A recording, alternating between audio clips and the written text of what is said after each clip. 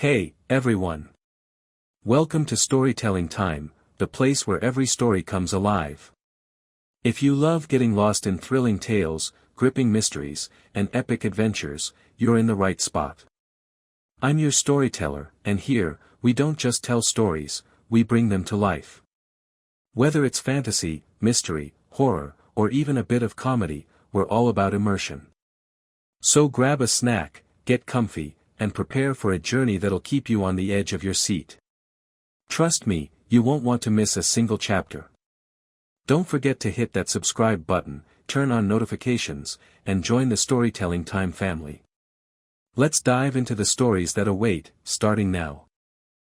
The Tracks Return. The fox was back.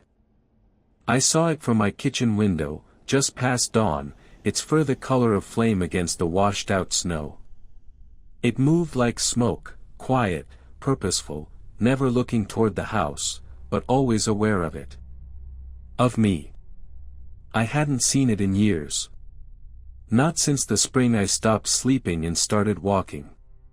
Not since I left the Clark's porch with my ears burning and my palms trembling. Outside, the world was a muffled hush, frost-crusted trees, a wind that spoke only to itself. I opened the door and stepped out without boots, without reason. The cold bit deep, but I needed to be closer. To know. There were the tracks. Small, delicate impressions, like pressed thumbprints in sugar. They cut across the clearing and disappeared into the trees, toward the old trail no one used. The one that skirted the ridge, just above where the men used to train, and where some never came back. I hadn't taken that path since I returned from the front. Since the night Richard vanished. I remember that night in fragments. The way fog slid between the tents. The smell of wet canvas and fear. Richard, sitting on his cot with a letter in his lap, one he never mailed. We spoke, though I can't recall the words. Only that his voice was wrong, too still, like he'd already left. And in the morning, he was gone. Just a single line of fox tracks, leading away from camp. I followed. Each step sunk deep, snow whispering against my calves. The forest didn't greet me, it accepted me the way old sins do. No birds, no rustling branches, only that strange stillness that makes you feel watched. The fox tracks curved down the slope, brushing past the stunted pine where Richard once carved his initials. The bark still bore the mark, R+E, shallow but clean, as if time hadn't dared erase it. My breath came harsh and loud. I hadn't thought of that tree in years, hadn't wanted to. The roots beneath it had twisted in ways that made men stumble. We used to joke the place was cursed, back when we thought curses were just something old women whispered in kitchens. Past the tree, the path narrowed. I recognized the ground even under snow, scarred with memory. That was where Lieutenant Mara fell, her foot catching a mine that shouldn't have been there. And just beyond it, the dip in the earth where we dug trenches during that last month, waiting for orders that never came. The fox was always just ahead. Never running, never looking back. It wasn't afraid of me. Somewhere near the ravine, the track stopped.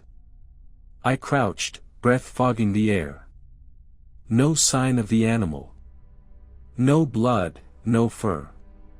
Just snow, undisturbed ahead. Like it had vanished. Or stepped into something else. That was when I heard it. A voice. Low, ragged. My name, drawn out like a warning. Elias. The sound trembled in the branches, too low to echo, too sharp to be wind. I stood, turning slowly, eyes scanning the trees. Something had changed. It was still the same stretch of forest, and yet, the light had gone wrong. The snow no longer glowed blue in the shade, it looked gray, like ash. The trees, too tall now, leaned subtly inward. Like ribs. Like they were listening. I took a step back. The crunch beneath my boots was delayed, like sound trying to catch up with the act. My breath still smoked in the cold, but I couldn't feel the air on my face anymore. Another step. The trees creaked, not from wind, but from something deeper. Like joints shifting. Like the forest was adjusting its posture to watch me better. The voice came again, closer this time. You shouldn't be here. It was Richard's voice. But it wasn't his tone. I turned sharply. No one there. Only a narrow path I didn't remember carving through the underbrush, one that curved inward, deeper, like an invitation written in absence. I should have turned back. Instead, I followed it. I followed the path, boots silent now, though I wasn't trying to be. The snow gave no resistance. It was like stepping through memory, quiet, slow, deliberate. Then I saw it. Half buried in the drift at the base of a crooked birch, a piece of rusted metal.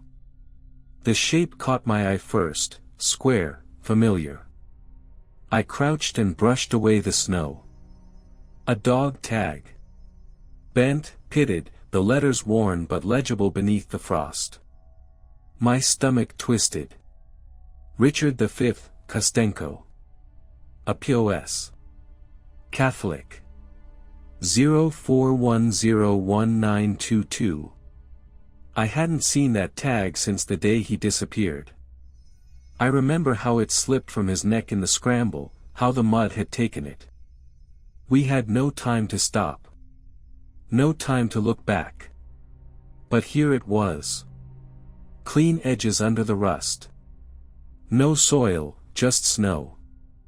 Like it had been waiting. Like someone had placed it here for me to find. Behind me, the forest made a sound, not branches, not wind. Something else.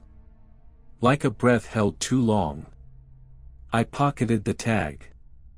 I didn't want to. I just couldn't leave it behind. The path bent again ahead of me, sharper now, leading into shadow thick as oil. Something was walking with me. I hadn't seen it yet. But I knew. The dog tag felt hot in my pocket. Ridiculous. It was freezing out here. But the metal throbbed against my thigh like a second heartbeat. I kept walking.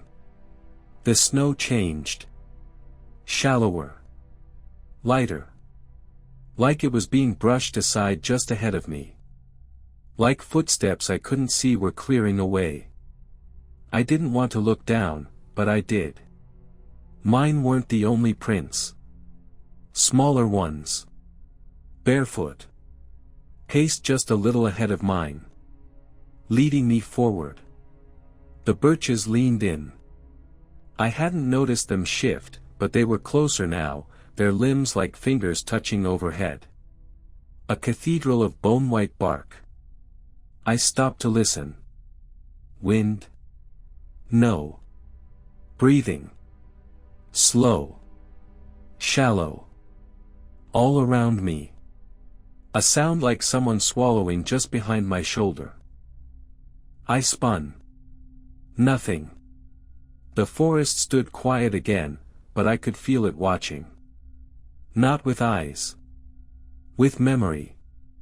A flash, mud-slick trenches, Richard laughing through blood, that red fox perched like a ghost on a broken wall.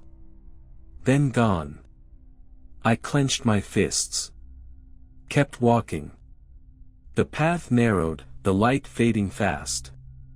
The prints ahead of me, bare feet in snow, still clear. Still fresh.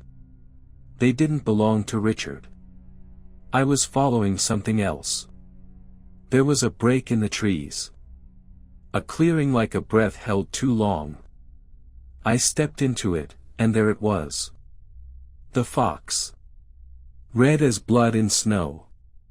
Red as the flare of an emergency light in a blackout hallway. It sat at the far edge of the clearing, still as stone, watching me. Same eyes. I'd seen them in the war. On the wall of that crumbling farmhouse where Richard and I sheltered with the dead. I'd seen them again in the flicker of a shell burst, staring from behind a veil of smoke. I'd told myself I imagined it. Not now. Its gaze pinned me like a bayonet. It stood. Didn't run. Didn't blink. Just turned, slow and deliberate, and walked back into the trees. I followed. I didn't choose to. My legs just moved. The prints it left weren't paws. Not anymore. They were bare feet. Human. And my breath fogged in front of me like someone else was exhaling it. The trees bent differently where the fox led. Not like wind-touched branches, more like reverence. Or fear. Bark peeled back in strips, curling like burned pages. The roots arched from the soil, clawed at the air, recoiled. The deeper I went, the less the woods looked like woods. The light changed. Thinned. Took on that submarine green you only see when something is growing where it shouldn't. Then I saw it. Stone. Half swallowed by moss and soil. A wall, maybe. No, more than that. A structure. Sunken, smothered, ancient in a way that made my skin forget warmth. Black stone, sharp-edged. Too clean. No tool I knew could have carved it. The fox stood at the threshold. It looked back. Not to check if I was coming, more like it was, waiting for me to remember. And I did. Not all of it. Just the echo. A wet, red hallway. A voice that spoke Richard's name in a tongue that wasn't language. And my own hand, trembling, pressing something into the wall. A key? No. A promise. The structure didn't have a door, not in the way buildings usually do. Just a break in the wall, perfectly square, edges so smooth they looked grown, not built. The fox didn't follow. It vanished the moment I crossed the threshold, not with a rustle or sound, but like it had never been there. Like it had delivered me and its part was done. Inside, the air was colder, but dry. No rot. No damp. Just absence. And a kind of pressure in my skull, like I was descending into deep water. My boots echoed on the floor, stone again, seamless. The walls were carved, but not with art. Just lines, precise and geometric. Patterns that shifted if I stared too long. I kept walking. I didn't find it. It found me. A table. At the center. Black. Covered in dust until I got close, then the dust pulled away. Revealed what sat on top. Dog tags. My own. Next to them, folded neatly, the red bandana Richard wore under his helmet. Blood dried into the fabric, not crusted, but seared. Like it had been burned there. And beneath those. A journal. Mine. Pages soaked in something dark, something oily. But I could still see my own handwriting underneath. Sketches. Coordinates. Symbols I don't remember drawing. A circle with too many angles. Notes about the fox. About her, scratched out in thick, manic slashes. And a single phrase written over and over, in jagged strokes that grew smaller with each repetition. I left him here. The forest didn't wait for me to leave. It shifted the moment I turned back toward the doorway. There was no doorway. Just wall. Seamless, like the stone had never been broken. Like I'd imagined my way in. Or been invited. I don't remember sitting down, but when I looked again, I was on the floor, knees bent, the journal in my lap. The fox was nowhere. My own breath was the only sound, and even that felt borrowed. I opened the book. Page by page, careful not to tear anything. Some were damp, but not moldy. Others were brittle, like they'd been waiting 100 years for this moment. Maps. Half-formed diagrams. Notes scrawled in margins. He's hearing her now. It watches from the trees. Do not return. The handwriting shifted, mine and not mine. Familiar strokes turning strange. My penmanship devolving into something less human. And then one page stopped me cold. A drawing. Charcoal, rough and fast, like it had been done in a hurry. But I recognized the face. Richard. Wide eyes. Mouth open. A smear of red across the cheek. Hands reaching out, not in fear. In warning. Another note beneath the image. You left me before I screamed. I closed the book. The walls were breathing now. Not metaphor. In out. In out. Subtle, like the deep lungs of a sleeping thing. I stood, but the stone felt softer underfoot, like I was standing on something alive. And then. The fox again. At the far end of the room, where no door had been. Watching. Waiting. It turned, walked through stone that parted like curtains, and vanished into the dark. I followed. The passage twisted inward. Not deeper, not down, inward, like walking through a memory I hadn't made yet. The fox didn't hurry. It padded ahead, soundless, always just at the edge of the next bend. Every time I lost sight of it, I felt a stab of something, not fear, exactly. Dependency. I didn't want to be alone here. Which meant I already was. The walls narrowed. Turned to wood, then paper. Then nothing. Just trees again. Same dark bark, same impossible stillness. I could hear my own thoughts too clearly now. You left me before I screamed. The line pulsed in my mind like it had been spoken aloud. I tried to shake it loose, but it clung, voice and all. Not my own. Not Richard's either. Someone older. Worn. And disappointed. I sat against a tree that felt like it had seen me before. The journal heavy in my hands.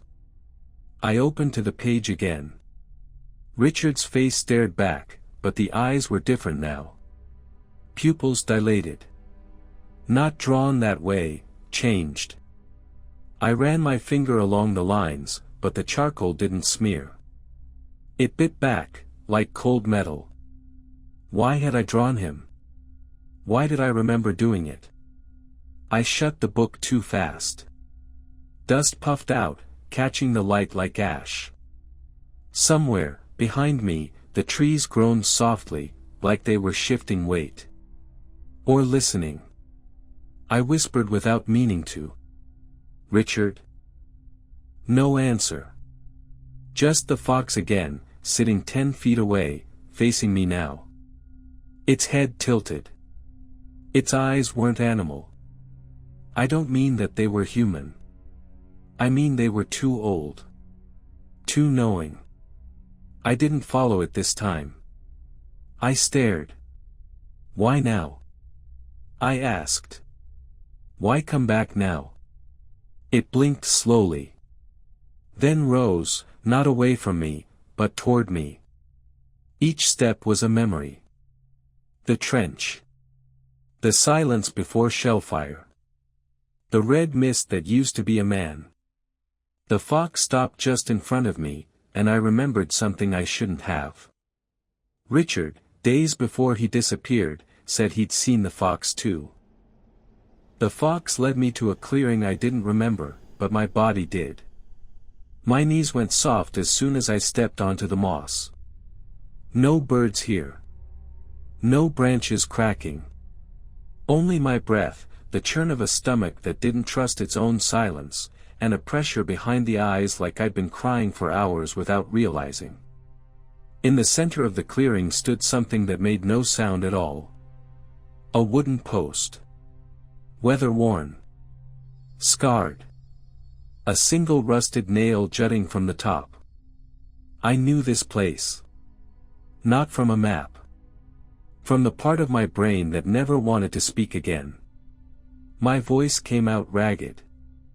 No. No, this was burned down.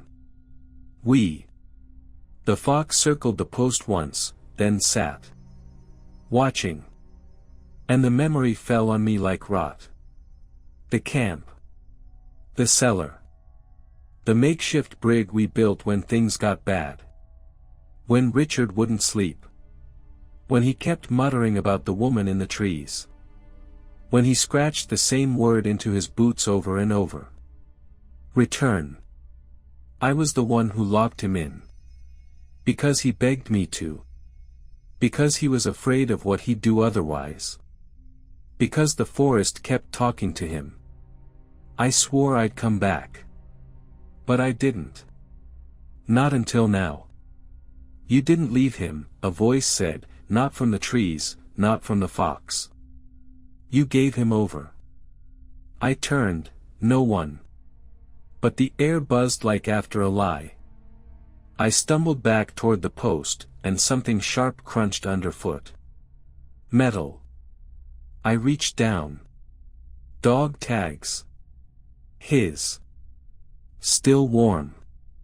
The fox rose again, walked past the post into a tunnel of thorns that hadn't been there a moment ago. It didn't look back.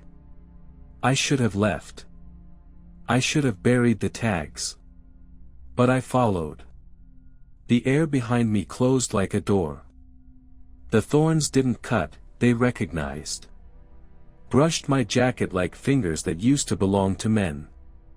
Roots curled just enough to guide my steps, not trip them. The fox stayed ahead, never too far, never close enough to touch. Somewhere behind the bark, whispers clicked. Not voices. Not quite. Like boots scuffing dirt in a rhythm I knew. 4 men. Patrol. Late March. Then one didn't come back. A gap in time, the kind you paint over until it vanishes. But here, it was peeling. The path spat me out into something not entirely forest. More like a room made of trees and mud and ash. Wooden beams overhead, scorched but intact. The cellar. And in the corner. God. A figure. Thin. Wrong. Bent like it had grown inside a narrow box. It turned. Richard's face. Or what was left of it. Eyes hollowed out with light leaking through, like he'd been lit from behind. Mikhail, it rasped. The sound pulled every muscle in my spine tight. I've been waiting. I couldn't move. I couldn't think. You said you'd come back. Its mouth didn't move. The voice came from the trees. The walls. From me. You said you'd come back, it repeated, louder, warped now, like tape left in the sun. I stepped back. The fox didn't follow. Where did you go? It whispered. Where did you leave me? The light flickered. Everything shifted. The cellar swam sideways, became trench walls, then bunk beds soaked with cold, then a single fire-lit tent.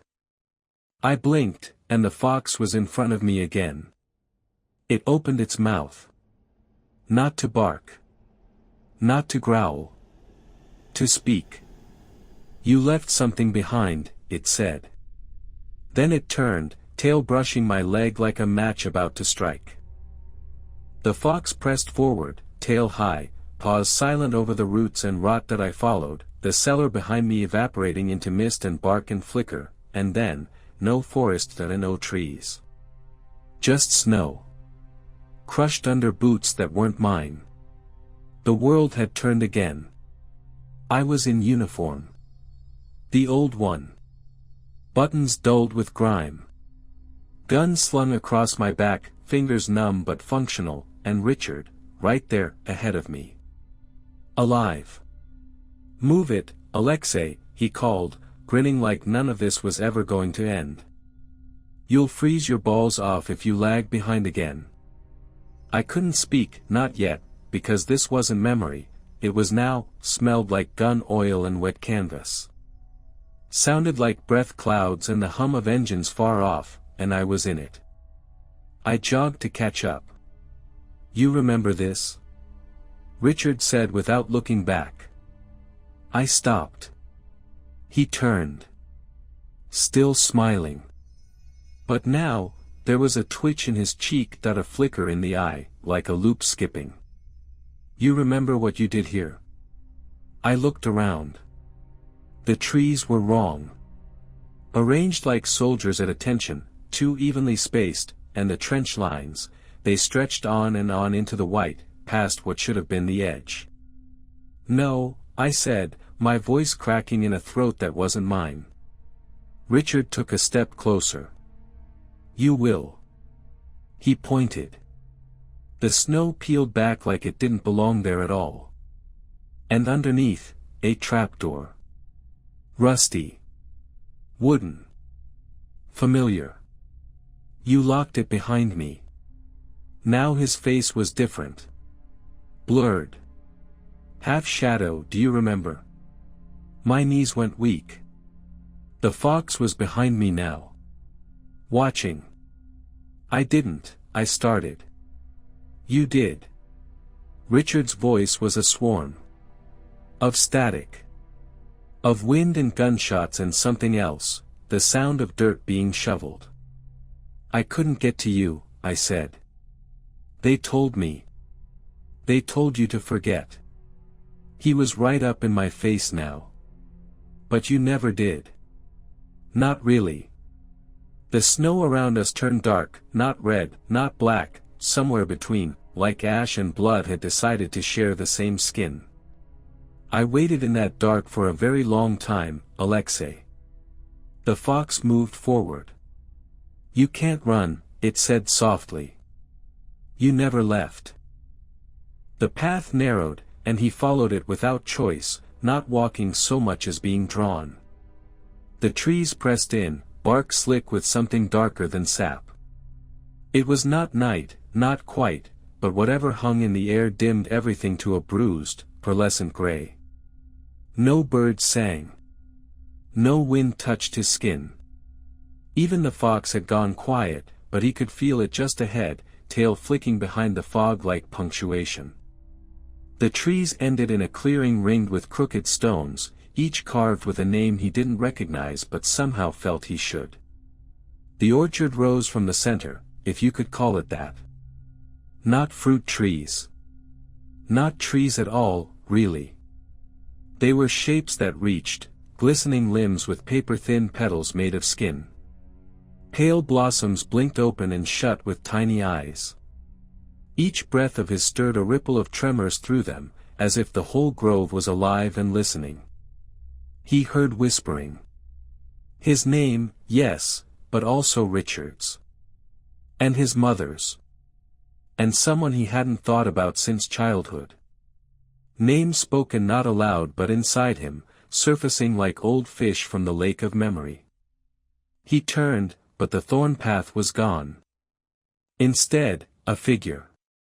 Not Richard. Not at first glance. It wore Richard's uniform, and it stood in the posture he knew, but the face was wrong.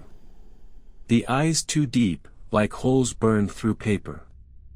The smile hung loose and off-kilter, not made by muscle but by some other force dragging it wide. The fox sat beside the figure, calm as ever, but its eyes glowed dimly now, like embers that remembered fire. "You're not him," he said, though his voice felt made of dust. "No," the figure answered, mouth barely moving. "But you are." He didn't understand. "You left parts of yourself in the mud," it said. "In the blood. In the mouth of the world. I gathered them. I made something. You came looking. That makes it yours." The orchard pulsed. A blossom peeled back to reveal a photograph, his own face in uniform, but smiling a smile he'd never made. Another blossom opened, his hand clutching Richard's dog tags. Another, a crumpled note, ink smeared with water or tears. He tried to step back, but the ground turned soft, sucking at his boots. Beneath the orchard, something massive shifted. "You think you can walk away," the figure said, "but memory isn't a path. It's a place. And you live here now." Then it opened its mouth. The sound was wrong, like 1,000 wires being pulled tight and snapped all at once. Trees bent backward. The orchard screamed with eyes wide.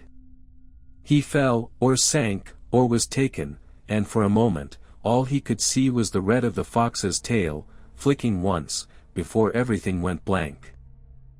He woke not by rising, but by arriving, suddenly and all at once, in a small room lit by a single flickering bulb. The walls were the color of dried bone, the ceiling low enough to touch. It was a space he'd never seen before, but recognized with a sharp, aching certainty.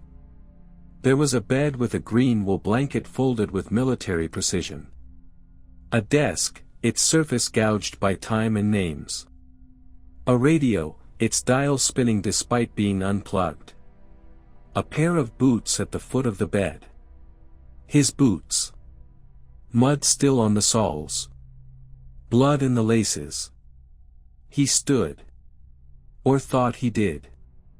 The room didn't resist, but it didn't agree either. The floor tilted slightly toward the corners, as if gravity had been replaced by memory's own design. He crossed to the desk. On it lay a single envelope. No address. No stamp. Just his name, written in a hand he couldn't name but which knew him intimately. Inside was a photograph. Not of war. Not of home. It was a picture of this room, taken from where he now stood. In the photograph, he held the envelope. In the photograph, he was looking at the photograph. He turned quickly. The walls remained blank. The door was gone. "You remember this place," said a voice, but it wasn't in the room. It was in the light, in the wiring, in the slow electrical hum that tickled his teeth. "I don't," he said. "You remember what you were here. What you became here." He clenched the photograph. It was pulsing now. Warm. A crack formed along the ceiling, spilling soft black ash. It fell like snow, soundless and slow.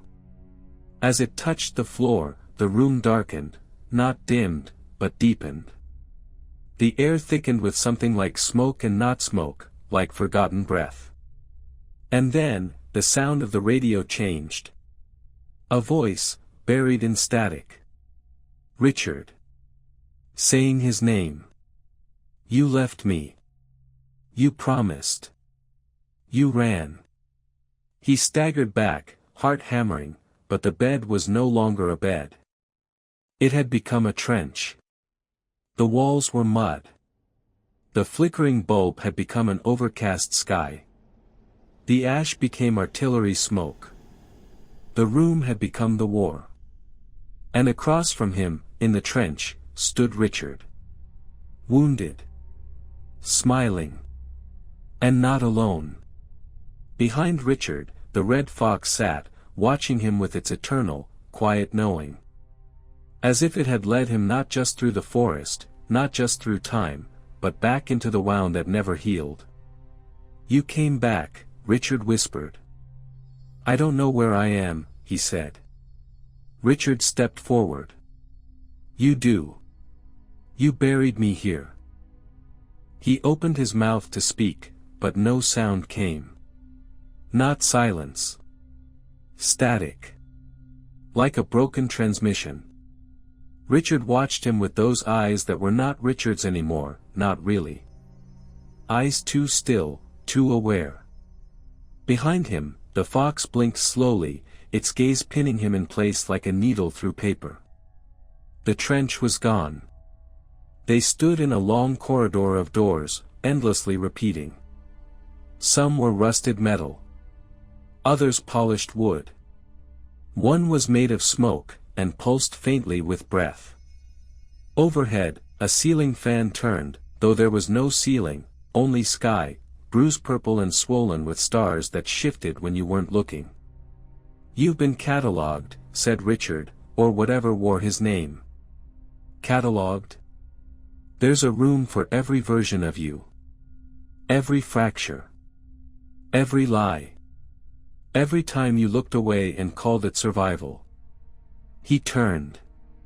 One door swung open as if expecting him. Inside, a boy crouched in a ditch, holding a broken toy soldier. His own face, too young to carry what it already carried. The boy looked up, but his eyes were empty sockets, filled with water that never overflowed. Another door. A hospital room, sterile and cold. On the bed, an old man, himself again, eyes wide with the terror of final knowing. Machines beeped. No one visited. Even in death, there was waiting. He backed away. No.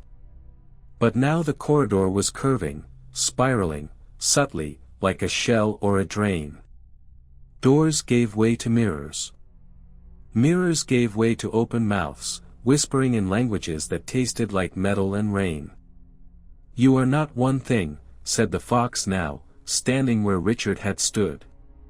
You are an accumulation. You are an echo chamber of decisions and unchosen paths. You're not real, he whispered. Neither are you, the fox replied. The corridor twisted again and dropped away, and he fell, not down but inward, into himself, through strata of memory like geological layers, dirt, blood, ash, bone, breath, thought, dream. Until he hit something soft. A room. Familiar again. A fire crackling. A table, set for two. And across from him, her. The girl from that winter long ago. The one who gave him the fox's name. The one who told him never to look back. She smiled, and with a voice like dry leaves, said. You've made it far enough. But not deep enough. Outside the window, the forest stood wrong. The trees had no tops. The snow fell upward. And somewhere in the walls, the fox began to speak again, only now its voice was his.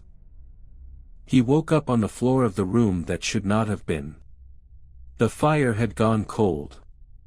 Ash choked the hearth, thick as bone dust. The table was overturned, the plates shattered.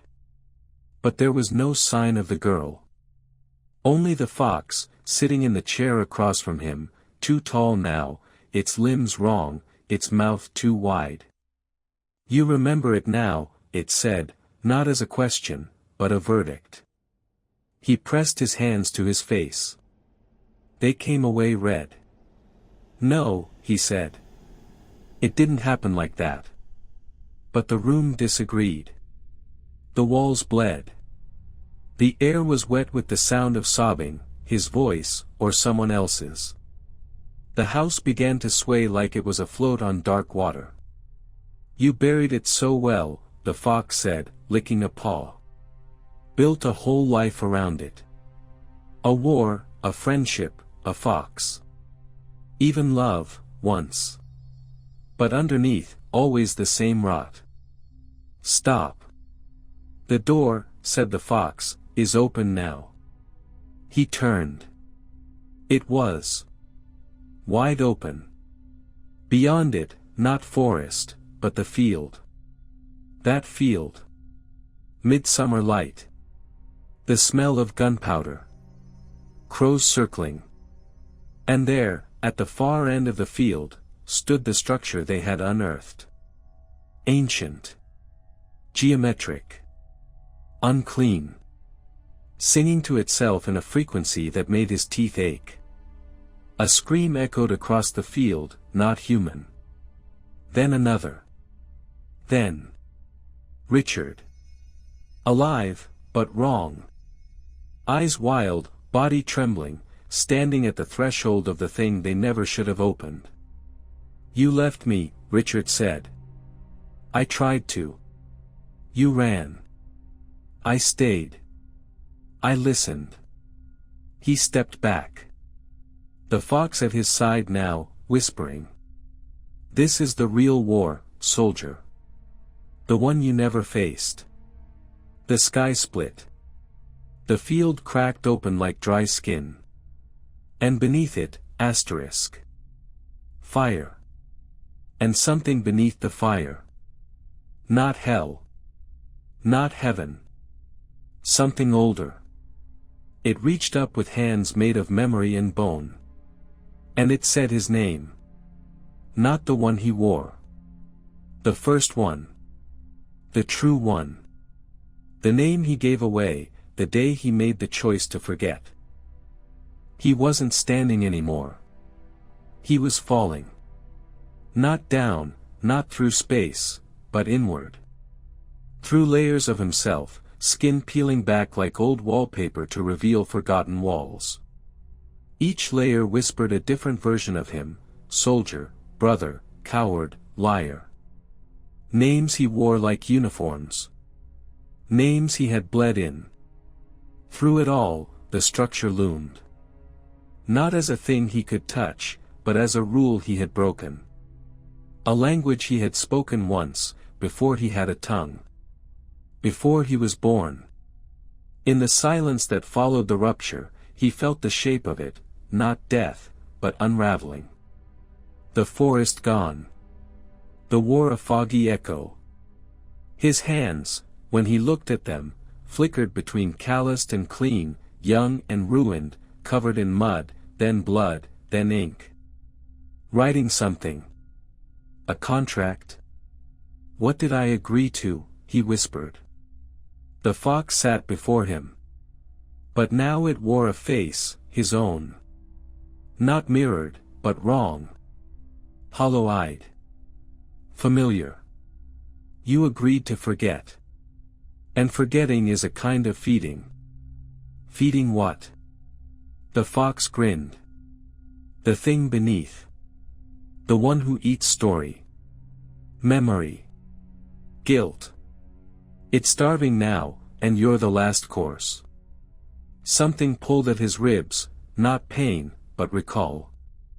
A moment he had shut away, the field, the unearthed thing, Richard screaming as he dragged him back, no, didn't drag him.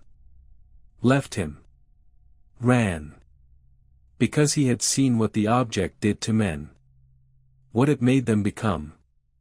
And still, he let command bury it. Let the world move on. He never returned. He told himself the field had swallowed it. That the weapon had never been real. That Richard had died in the blast. But the field had never closed. And Richard had become something in that light. Now, all around him, reality folded, pages turning backward. The village rebuilt itself from ash.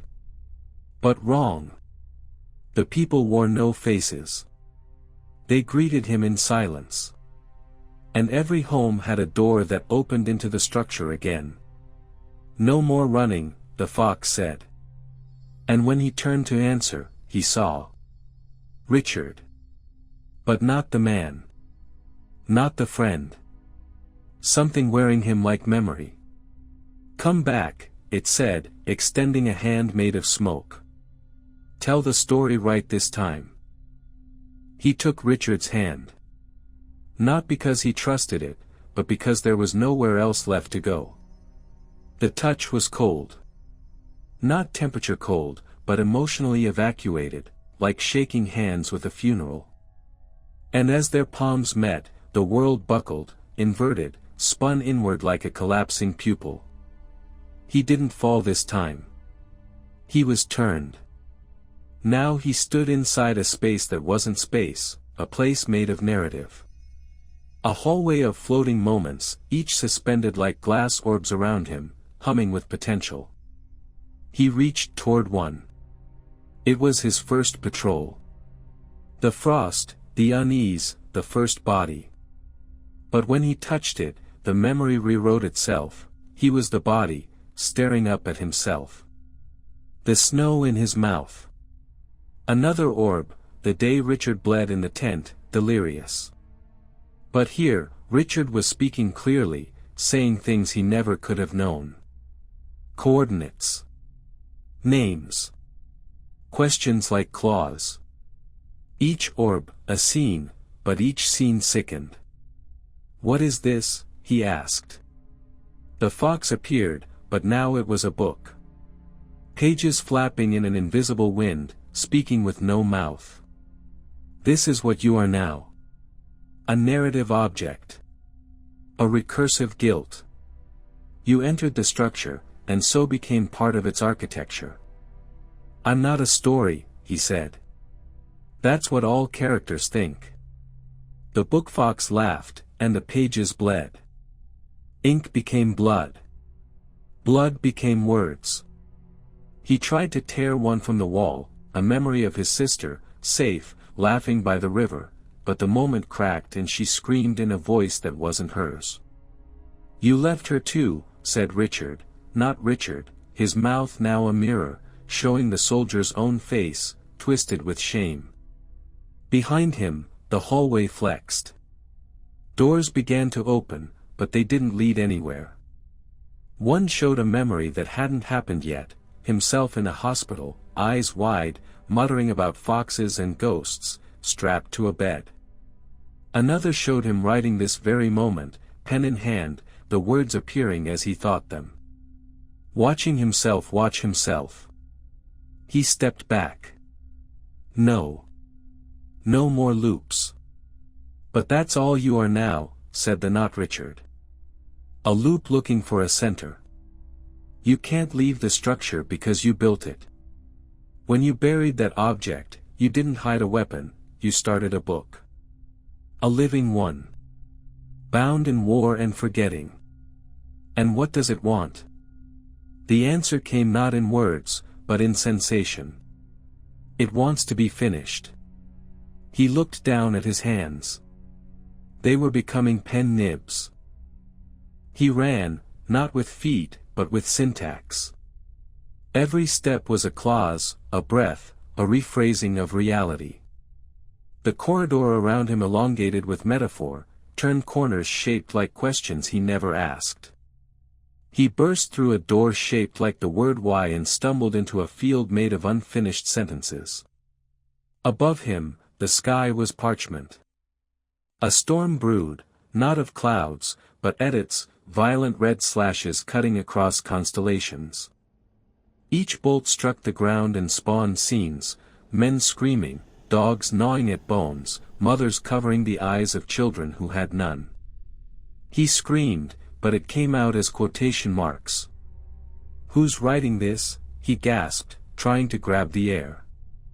The fox appeared again, but now it was a sentence, coiled like a serpent around a floating paragraph, whispering directly into his bloodstream.